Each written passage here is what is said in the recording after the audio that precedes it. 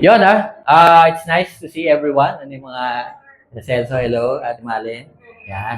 Sila Kuya Rustum. Ayan, yung mga kapatid natin, mga nakakabigla, napakarami nating visitors today. No? Welcome po. Ayan. Welcome po sa mga family, yung mga nadala yung mga family nila. Congratulations and welcome po sa Sunday service ulit. Yun, para po sa mga hindi nakakilala sa akin, ako po si Leo Bantolo, na nagtatry na mag-next. Ayan. Medyo busy yung tech-tech. Ayan. Yung black ba yung white? Yan. So, yan. Yung white pala. Andiyan na ba? Ano ba nakalabas? Wala pa? Ayan. Sige, habang wala pang nakalabas. Yan. Yun, mag-stand up muna ako habang wala pa. Ayan. Habang nag-ready ang ating tech. No? Mahirap talaga pag live, guys. No? Ganyan talaga ang mga events. Ayan. Ako nga pala, si Leo. At kung kayo po ay nahihilig o nasa inyong mga running era, pwede niyo po akong samahan every Monday. Monday po ng gabi. Ayan, mga gabi, alas 7, ganyan. Magkakaroon po, pwede po tayong tumakbo. Ayan, pwede samahan. O kung mahilig kayong mag-bike, yan, kung may mga bike kayo, pwede rin po ako. Ayan, actually wala dapat ako today. Kasi may mga brothers na nag-invite sa akin, may mga kasama ko nag-bike ng mga brothers na taga Quezon City. Nag-bike sila papunta sa bahay ni Doc Jesse. Kilala si Doc Jesse, no? QC. So, si Doc Jesse ay QC sector, pero Pangasinan.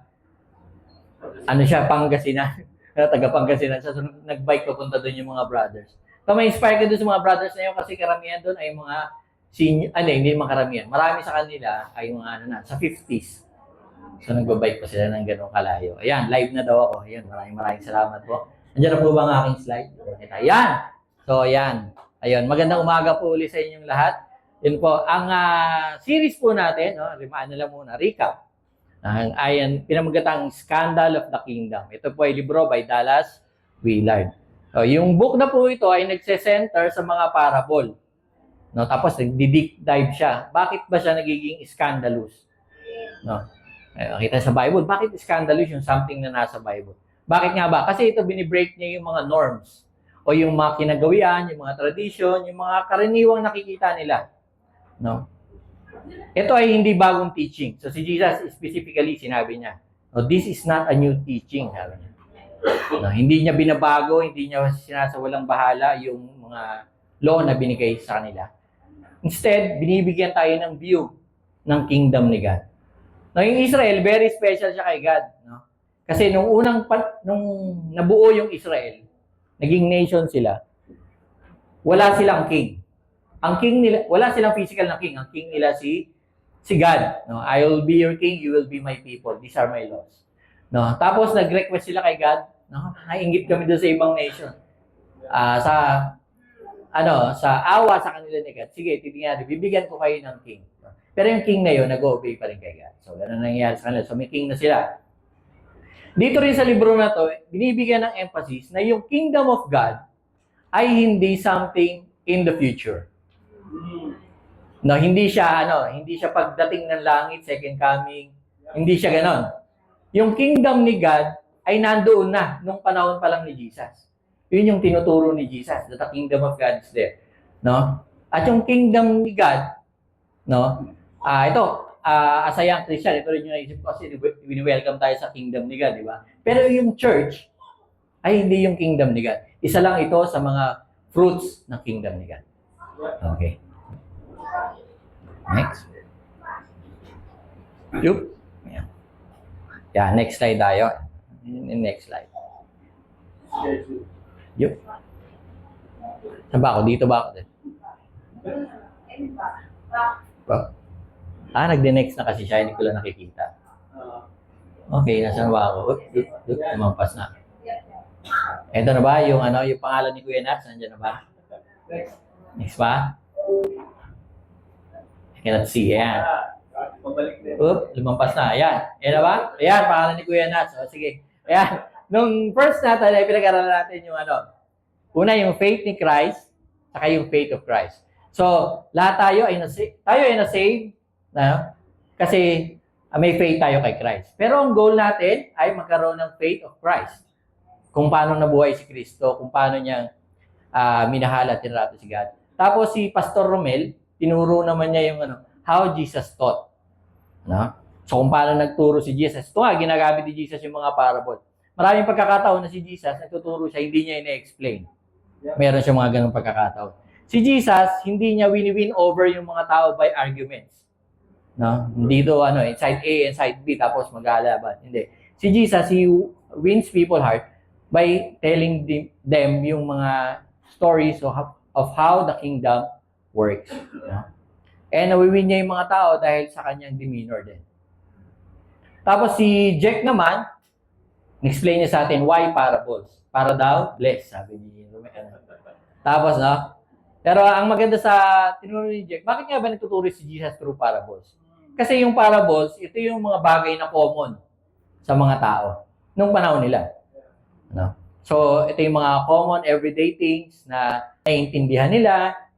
No? Ito rin yung mga maganda rin sa parable, pwede siyang ibato ni Jesus and you can take it kung paano, ano yung status mo sa buhay. Meaning, kunyari, ikaw ba, ang will mo ba ay parang yung wayward, ayaw mo talagang tagapin. Parang tayo, pag pumunta tayo to be critical, kunyari pupunta tayo sa isang sa isang convention, o may pinanood tayo sa YouTube kunyari na reaction video, tapos nandun tayo kasi hinahanap natin yung mali niya. Pwedeng ganon. So wala tayong maintindihan. Makikita na natin yung mga mali. So, di ba, in-explain doon yung good soil, yung wayward soil, yung rocky soil. So kung paano yung heart natin sa pagtanggap ng message. In-explain yun ni Jack. Tapos, last week, in-explain naman ni Marlon yung secret power of the kingdom. Yung parable niya, yung parable of the rice cooker. Sinabi. Yung sa brothers yun. Pero yan, secret ng kingdom. Si Marlon, sinabi niya yung power ng word ni God, di ba? Yung word ni God, para doon siyang seed. Yung seed mukhang dry. Pero sa to, yung seed ay may buhay. Di ba? Tapos, in-explain din niya yung yeast. No? Yung yeast na napakaliit, pag hinalo mo sa maliit na tinapay, pag isip mo kinabukasan, tingting malaki yung tinapay, di ba? So it works in us, no? And hindi siya mabilis. It works over time, mag-grow siya. Today naman, we will be talking about banquet. Kasi March na eh. So mag-uusapan na natin yung banquet. Nandiyan ba yung ECC? ECC, banquet na ang pag-uusapan natin. So bago tayo magsimula, let us pray.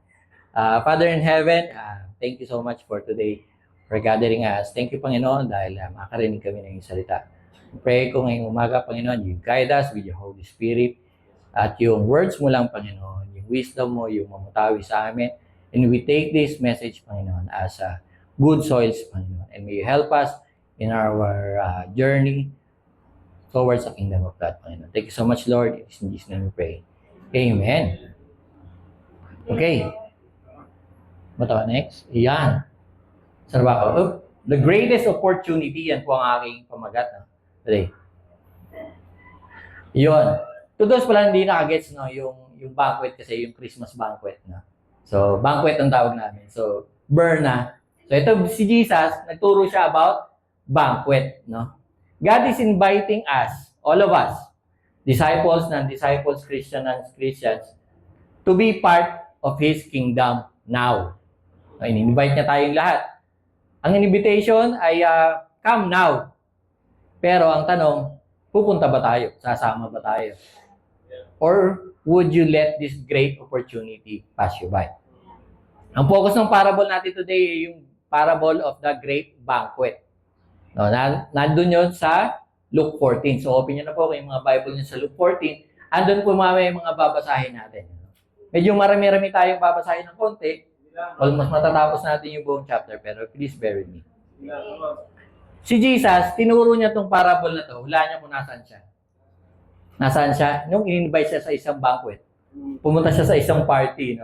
Imbitahan siya sa banquet ng isang prominent na Pharisee. Yung Pharisee, yung teacher of the law. So, nandun sila, kasama niya yung mga Pharisee. Doon niya ibinigay itong message na to.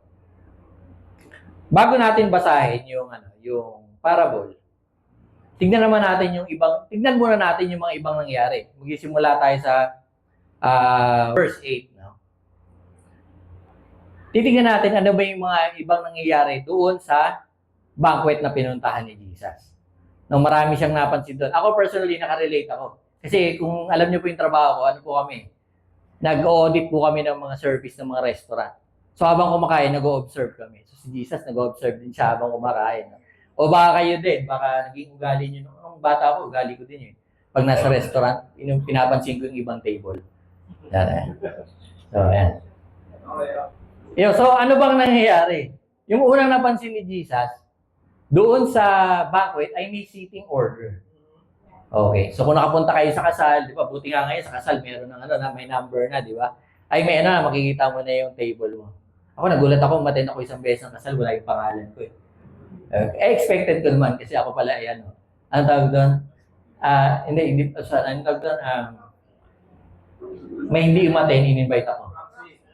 Hindi. Seat, ano tawag doon? Pampuno, ano tawag dyan? Kasi may hindi na umattend. So, parang na-waiting list ako doon sa kasal. Actually, replacement ako. Actually, kung, di ba, pag nagkakasal, nagpapapicture, di ba, may grupo ng family of the group, family of the bride, di ba, may gano'n. Friends of the groom, friends of the bride. May bago kaming subcategory. Friends of the father of the bride, the groom. Kasi friend kami nung tatay, na umatid. So, isang table kami. Mga replacement kami. So, nakita ni Jesus na may seating order pala. So, basahin natin yun, no? Yan. Kasi may mga tao pumupunta agad dun sa pinakauna eh. Sa pinakamagandang upuan. No, kumbaga sa panahon natin, ito nga yung mga VIP tables, kumbaga sa kasal, ito yung upuan ng mga ninong at ninang. Pero mo pumunta siya doon, tapos umupo siya agad sa upuan ng ninong at ninang. Pumunta sila, may mga ganun na ginagawa ng mga tao. Bakit? Kasi syempre meron silang pride. I'm the best. I'm one of the best people. Kasi prominent Pharisee itong pinuntahan niya na party. So yung iba, syempre, tropa kami niya. Prominent din ako. So I'm the best, I'll sit with the best. Siguro yung inisip niya. Dito sa parable na to, sa kwento na to, makikita natin yung wisdom at bait ni Jesus kung paano siya nagtuturo. Hindi niya sinita, ikaw, hindi ka naman dapat dyan, doon ka. Ikaw, hindi niya inayos yung mga tao. Instead, kinuha ni Jesus yung kung ano yung alam nila, kung ano yung normal para sa kanila, at binigyan sila ni Jesus ng hack. No? Binigyan sila ni Jesus ng, ito yung hack para gusto mo kaupo dyan, bibigyan kita ng hack, parang ganito. So, basahin natin sa Luke 14, verse 8 to 11. Verse 8, when someone invites you to a wedding feast, do not take the place of honor, for a person more distinguished than you may have been invited. If so, the host who invited both of you will come to you and say to you, give this person a seat. Then, humiliated, you will have to take the least important place. But when you are invited, take the lowest place, so that when your host comes, he will say to you, friend, move to a better place. Then you will be honored in the presence of the other guests. For all those who exalt themselves will be humbled, and those who humble themselves will be exalted. Hack nga ba ito? Parang tinuro niya pa, ganito ang gagawin mo, pumunta ka doon sa pinaka-lowest. Para pag napansin ka noon, hindi ka dyan. Hack nga ba ito? Kasi tapos makikita pa ng ibang tao na, nilagay siya mismo doon ng host. Talaga, maano pa siya. Gagawa pa siya ng eksena para malipat, di ba? Pero hack nga ba ito? Actually, not really. No, actually ito, kagaya ng sinasabi ko nila, yung parable, ginagamit siya ni Jesus kung ano yung alam mo to teach you something. No? Actually, ito ay binibigyan ng example ni Jesus ng lesson about the humility sa kingdom ni God. So, sa kingdom ni God, kung ikaw, feeling mo ikaw the greatest, actually, you will be the one to be serving others. You will be the one to humble yourself. So, ganun yung tinuturo ni Jesus. Ganun magturo si Jesus. So, sa may guest list, yan. May guest list, no? Tapos, meron ding pangalawa. Meron namang guest list. Ano naman yung guest list? So, yun nga, siyempre, pag na-invite tayo, meron ding guest list. In-address naman dito ni Jesus yung host. So, makikita natin, si Jesus kinausap niya yung host. Na-experience nyo na ba yun? Pumunta kayo sa isang birthday, tapos kinausap niya yung may birthday. Sabi, alam mo ba yung birthday mo? Parang mali yung gawa mo. Parang hindi masarap yung na-experience nyo na ba yun? Parang hindi natin normal na ginagawa yun, Nagbigay ka ng feedback. kami nga sa business namin, sa trabaho namin, yung feedback, hindi namin binibigay dun sa restaurant director. Sa ano muna, sa project manager muna. Siya yung bahalang magbigay ng feedback sa store. No? Pero si Jesus, kinausap niya mismo yung ano. Hindi lang manager yung owner pa ang kinausap niya, di ba? Kinausap niya, oy, ganito ang ginagawa mo sa bar na, ha? So, makikita rin natin si Jesus, seated siya dun sa place of honor. Siguro, in-invite talaga siya. Siguro, nagtuturo siya, tapos in-invite siya, no? Punta ka sa, may party ako sa bahay. No? We'll have a dinner sa bahay. I invited my friends, yung mga ibang prominent na teachers dito. Let's dinner at home. No? So, in-invite niya si Jesus. So, si Jesus, nakaupo, malapit sa kanya. No? So, basahin natin kung ano yung sinabi ni Jesus sa kanya. Ayan. Sa Luke 14 pa rin, tuloy natin sa verse 12. Dito. Then Jesus said to his host, when you give a luncheon or dinner, do not invite your friends, your brothers or sisters, your relatives or your rich neighbors. If you do, they may invite you back, and so you will be repaid. But when you give a banquet, invite the poor, the crippled, the lame, the blind, and you will be blessed. Although they cannot repay you, you will be repaid at the resurrection of the righteous. Unang-una, huwag natin gawin ay huwag natin i-misquote si Jesus. Baka sabihin niya, pag nag-party kayo, hindi nyo na-invite yung tatay nyo. Sakto, pag tinanong ako ng tito ko, bakit hindi ko siya in-invite? Sabi ni Jesus, huwag mong invite yung family ko. Diba? O, hindi yun yung sinasabi ni Jesus, no? Hindi niya sinasabi dito na pag nagpa-party kayo, iiwasan yung mga taong to. Hindi ito. No? Si Jesus, ang sinasabi niya, ay, pag nag-dinner daw tayo. Kasi siyempre, ang dinner, ano ba yung purpose ng dinner? Sa tingin ko, wala silang party dito na birthday party na ginagawa. Nagpa-dinner lang talaga yung host. No? Sabi ni Jesus, para kay Jesus kasi ang dinner ay isang kainan. So, ang purpose ito, para kumain tayo, mabusog tayo, ma-nourish yung katawan natin. Pero nakita ni Jesus, yung mga visitors ay mga mukha namang busog. Mga tao naman na hindi naman nila kailangan na kumain or afford naman nilang kumain. Parang gano'n. No? And nakita ni Jesus na hindi ito party to feed people. This is a party to feed egos. This is a social gathering.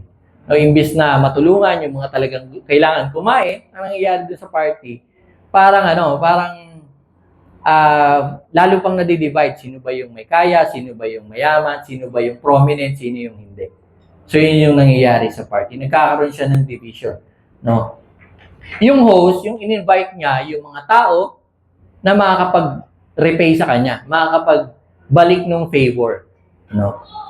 Ano yung sinasabi ni Jesus? No? Sabi ni Jesus, invite mo yung mga poor, yung mga lame, no? Yung mga crippled, yung mga blind. No? Hindi sinasabi ni Jesus dito na pag nagpa-birthday tayo, although may mga taong gagawin, pag nagpa-birthday sila, may pa-birthday sila sa orphanage, gano'n. Pero hindi sinasabi ni Jesus, every time na mag-birthday tayo, walang family yung mga bata. Ang sinasabi ni Jesus dito, if we have money to spend sa mga lavish dinner na ganito, we should also have, we should open up our house or our wallets, our pockets to people who are really in need. No, wag natin ma-miss yun. No, wag tayong basta yung mga friends lang natin, yung people na makakapagbigay lang sa atin pabalik, yung ating binibigyan. Dapat tulungan din natin yung mga tao na hindi makakapagbalik sa atin. No, itong prominent Pharisee na to, yung tingin niya ay malapit. Yung tomorrow, yung sino ba yung makakapag-invite sa akin tomorrow? No? Sino ba yung makakapag-invite sa akin? Ito, alam ko to, magpa-party to next time, so invite ko to para attend ako sa party. Maganda yung party nito last year. Parang ganun yung nasa isip niya. People who would return the favor to him. Pero si Jesus, he was teaching na invite mo yung mga taong hindi makakapagbigay ng favor. Bakit? Kasi ang magbibigay sa iyo ng reward ay si God in heaven. So, ang sinasabi niya dito, huwag kang tumingin lang sa mangyayari sa iyo bukas. Tignan mo yung mangyayari sa iyo future, sa heaven. Tignan mo yung mga heavenly things. Yun yung tinuturo din sa atin.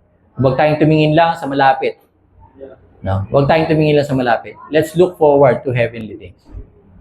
No? Isa pa sa napansin ni Jesus, ito may nagsalita. May nagsalita naman. Sabi niya, so kasama nila sa table. Sa verse 15, pa rin. When one of those at the table with him heard this, he said to Jesus, "Blessed is the one who will eat at the feast in the kingdom of God." So dito, nakita natin. So, yan.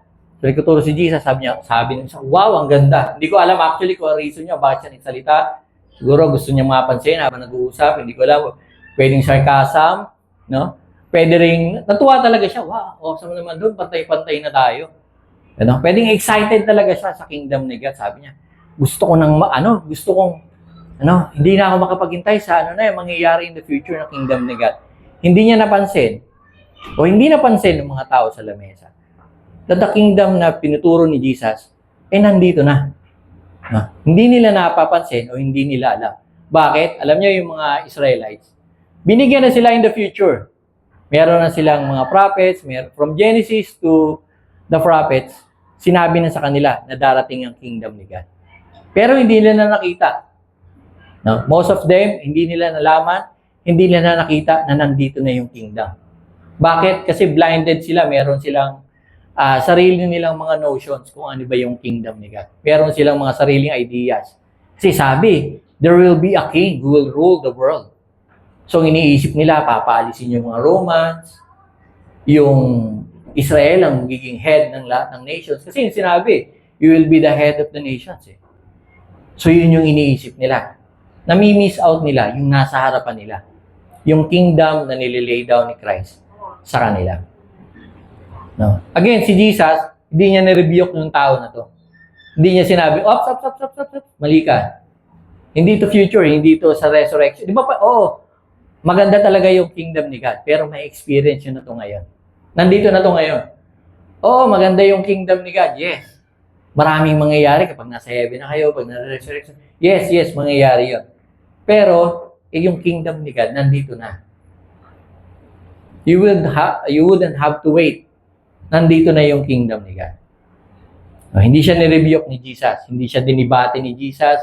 No? Ang ginawa niya, binigay niya yung parable of the great banquet. So, basahin na po natin yung ating main parable. Yan. Yan, alam ba tayo? Yan. Haba? Yan. Jesus replied, so kinausap niya na yung man. A certain man was preparing a great banquet and invited many guests.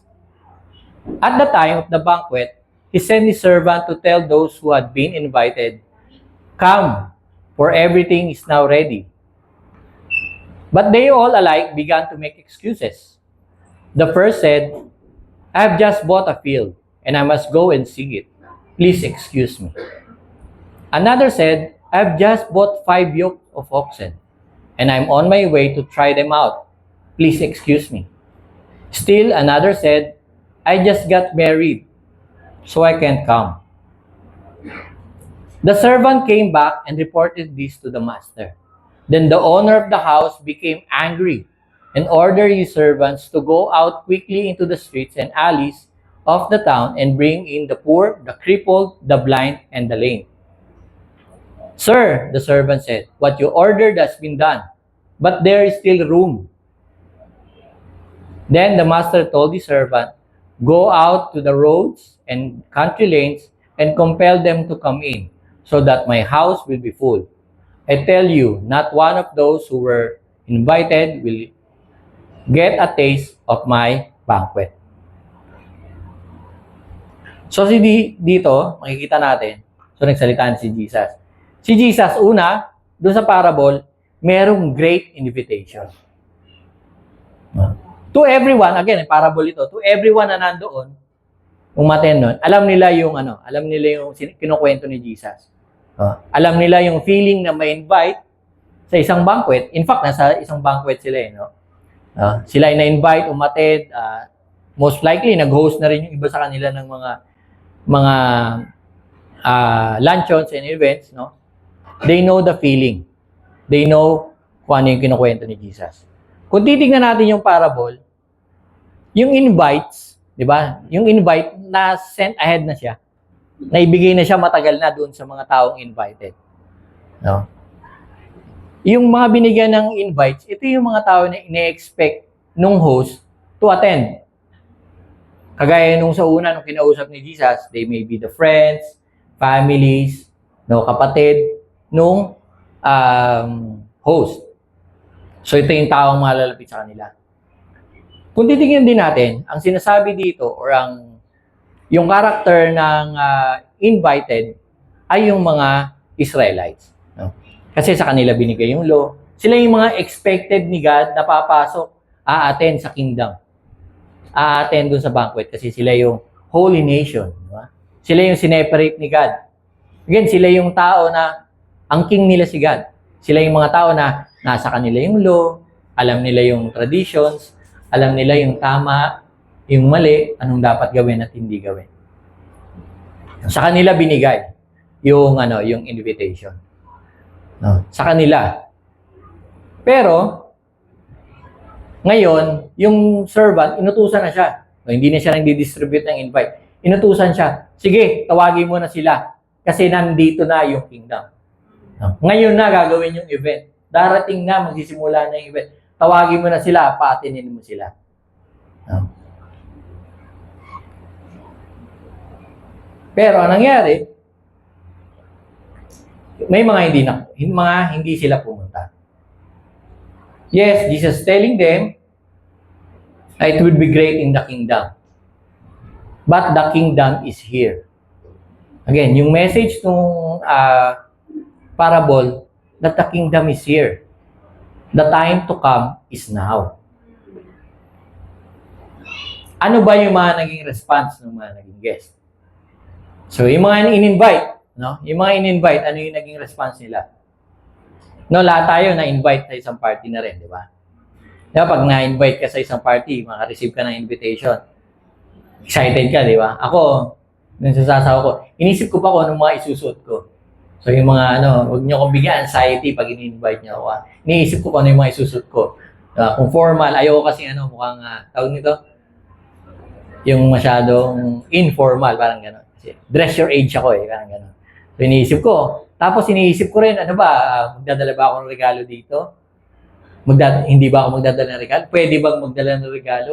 Kasi, di ba, may mga kasal ngayon, walang nagdadala ng regalo, di ba? Kasi lahat, either cash or may, ano yung nauso dati, may, yung list, di ba?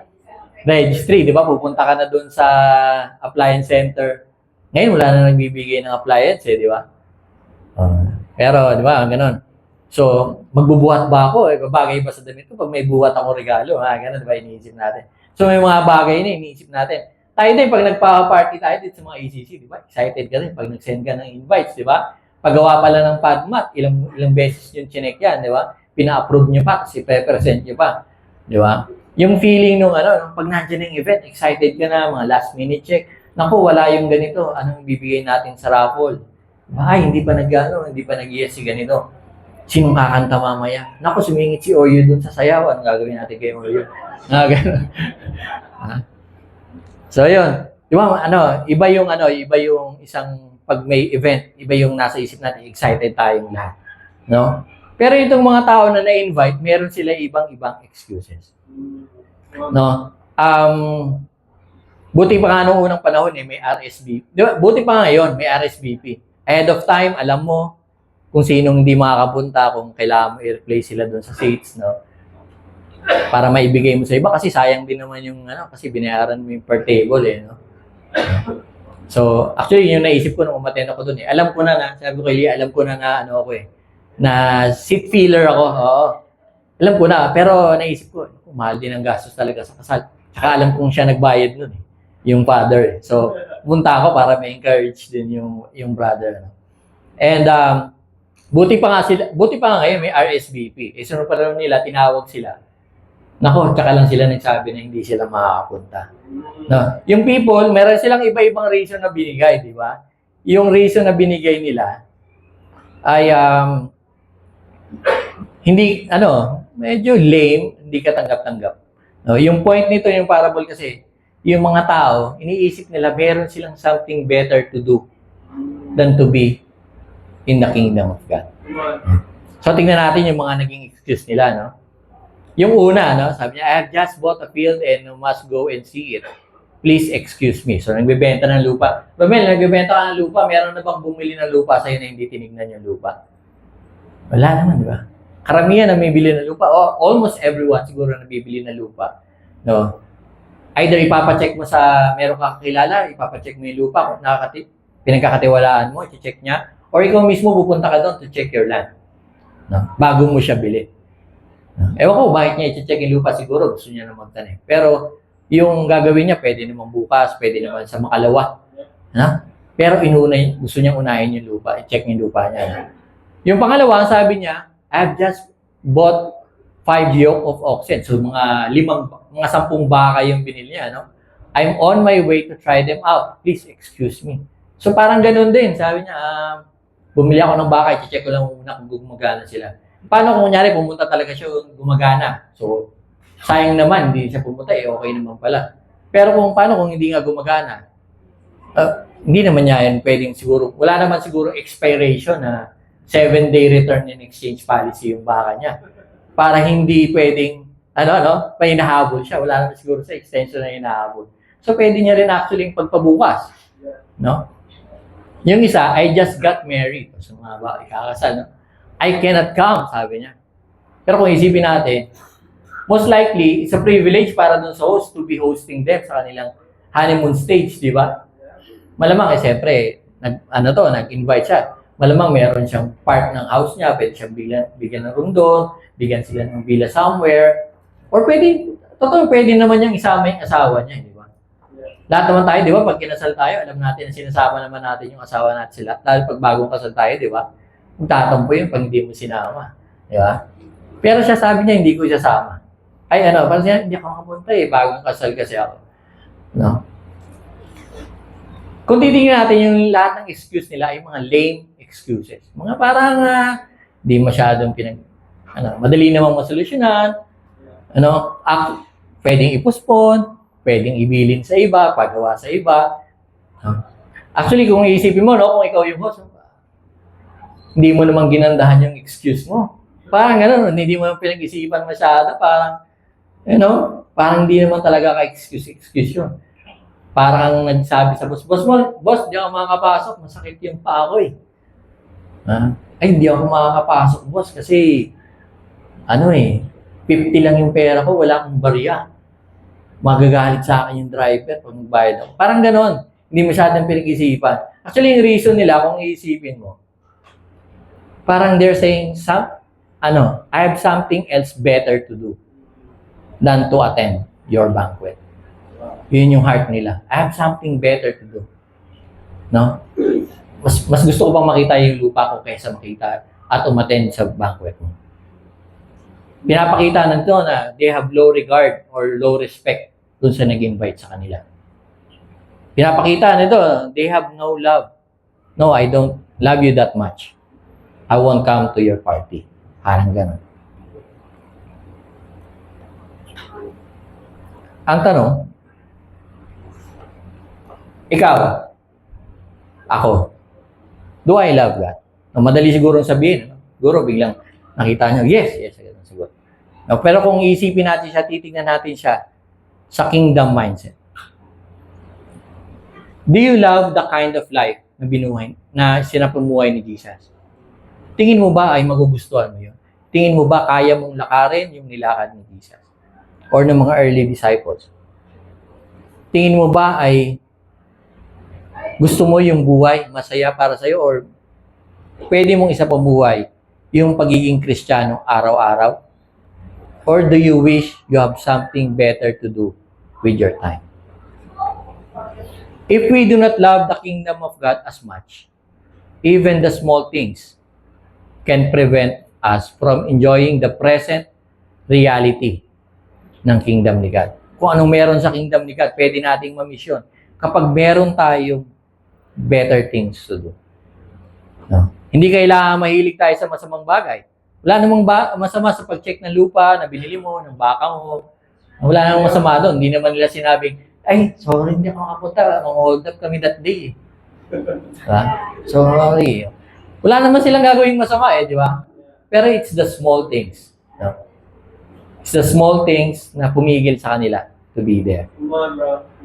If we prioritize these small things over the kingdom of God, over our life, over spending time with God, over reading the Bible, over meditating on the teachings of God, over attending and being in the fellowship, being righteous, kind, and compassionate sa mga nangangailangan, parang sinabi na natin na yung mga bagay na yun ay mas importante kesa kay God, kesa sa relationship natin kay God. No? Itong tanong na to, do I love God? No? Do I prioritize things better than my relationship with God? Kailangan natin itong pag-usapan. Hindi ko to kaya sagutin individually para sa inyo. This is something na kailangan nating pag-isipan. Mahal ba natin si God talaga? Do I really love God? Ako mga kapatid, kung time lang ang pag-uusapan, guilty rin ako dito. I have more time with work, have more time for my hobbies than with my times with God. Ako din, mga kapatid, hindi ako immune sa sharp words ni God. I too have something to repent. No? To be honest mga kapatid, no? Lahat tayo, maybe, ay mayroong mga small things na pinagpapalit natin. Ang one thing na tinuturo ng Bible, no, o ng parable na ito, even the small things, even the not bad things, no, ay pwede snatch sa atin ang kingdom ni God. Pwede niyang kuhanin sa atin yung opportunity. Pwede nating ma-miss yung opportunity because we're busy doing something. Yan. Kung merong the one thing, meron din. Ay kung merong small things, meron ding one thing. No? Yung parable na to about missing out the kingdom of God ay message hindi lang para sa mga taong nasa labas ng kingdom o nasa labas ng simbahan. Ito ay para din sa mga tao na tinatawag ng sarili natin bilang Christians. No, sabi nga dito sa Revelation 3:20-21, si Jesus sabi niya, "Here I am, I stand at the door and knock. If anyone hears my voice and open the door, I will come in and eat with that person, and they with me. To the one who is victorious, I will give the right to sit with me on my throne, just as I was victorious and sat down with my Father on his throne." Jesus is knocking on everyone's door. Would you let Jesus in? Or are you too busy with the good things, small little things, and miss out on the kingdom of God? No, may sa Bible, maraming example ng mga tao na hindi naman masama, pero na-miss out nila yung malalaking bagay because they're busy with themselves or with their small things. So mga sisters, no, Women's Month. Happy Women's Month po. March 1, no? No, sa mga babae, no, kilala natin si Martha, di ba? Narinig natin yung Martha, alam natin yung story niya. She was busy, no? Ano siya, follower siya ni Jesus. Nagtuturo si Jesus. I think sa bahay nila yon. Tapos, inaasikaso niya si Jesus, no? Inaasikaso niya yung kakainin nila, inaasikaso niya yung ganito. Tapos sabi niya, sitayin mo nga yung kapatid ko, hindi tumutulong. Yung babaeng kapatid ko, dapat tumutulong siya sa akin eh. Na si Martha, busy siya sa kanyang mga small things. Hindi naman masama. Kasi yun yung parang ministry niya, no? No, helping Jesus sa mga mga pangangailangan niya outside preaching. Yun yung one thing niya. Pero, namimiss niya yung one thing na dapat nandoon siya. Dapat nandoon siya sa lap ni Jesus at natututo kay Jesus. Now, we may be busy with other things. Pero wag sana nating ma-miss out yung learning na binibigay ni Jesus. Wag nating kalimutan na kailangan nating lumapit at gayahin ang faith ni Jesus. No, sa Old Testament, meron ding story about Esau. Si Esau, kapatid siya ni Jacob. Hindi na siya sikat ngayon. Kasi si Jacob na yung naging sikat, no? Naging Israel. Pero dapat siya yung sikat kasi siya yung panganay. Siya dapat yung magiging head ng family, magiging Israel, no? Pero busy siya eh. Busy siya sa, sa hobby niya, hunting. Tapos pag-uwi niya, gutom siya. Feeling niya, mamatay na siya sa gutom. Yung kapatid niya, nagluluto ng masarap na stew, sinabawan na something, no? Tapos, pinagpalit niya yung birthright niya. Sabi, o sige, bibigyan kita. Pagpalit. Ako nang panganay, hindi na ikaw. O sige, ikaw nang panganay. Gutom na ako eh. Ganon yung ginawa niya, no? Busy siya kasi. Tapos, neglect ko na. Ano ba yung importante? Hindi na importante yun ngayon. Nagugutom ako. Ako, yung kingdom ni God, hindi importante yan kasi may pinag-aaral ako eh. Yeah, come on, bro. Yung kingdom ni God, hindi importante yan. Yeah. Ako, Busy ako sa trabaho ngayon eh. Hindi importante yung hindi reading the hindi importante yan. May pinagpahandaan akong marathon eh. Iti-training ako ngayon. Ako, hindi importante yan. Hindi importante yung daytime. Kailangan ko ng 8 hours of sleep. Small little things. No? Mga kapatid, hindi masama. Pero, they took away yung one thing na dapat na nasa kanila.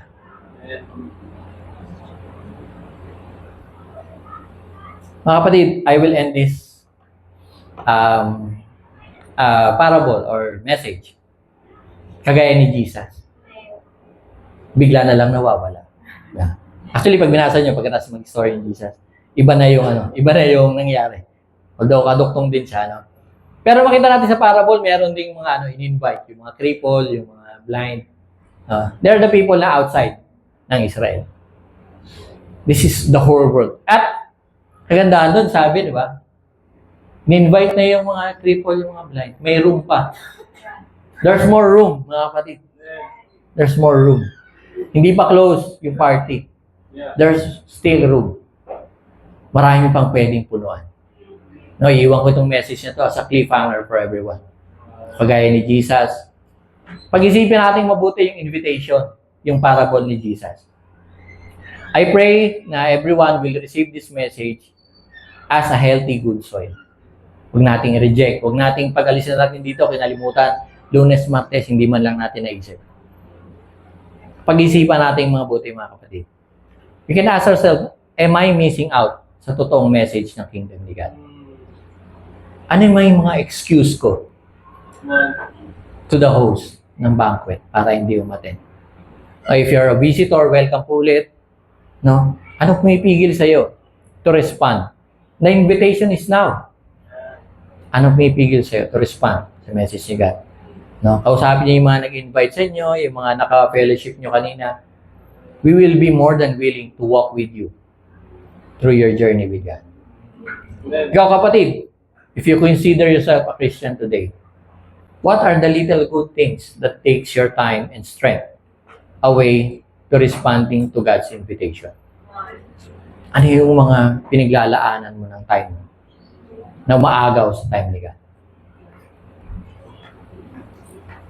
Mga kapatid, God is inviting us to this great opportunity to be part of His kingdom now, and not in the future. Would you come today? Ilang mga kapatid, and to God be all the glory. Let's pray. Father in heaven, thank you so much for today, for your message, Panginoon. We thank you, Panginoon.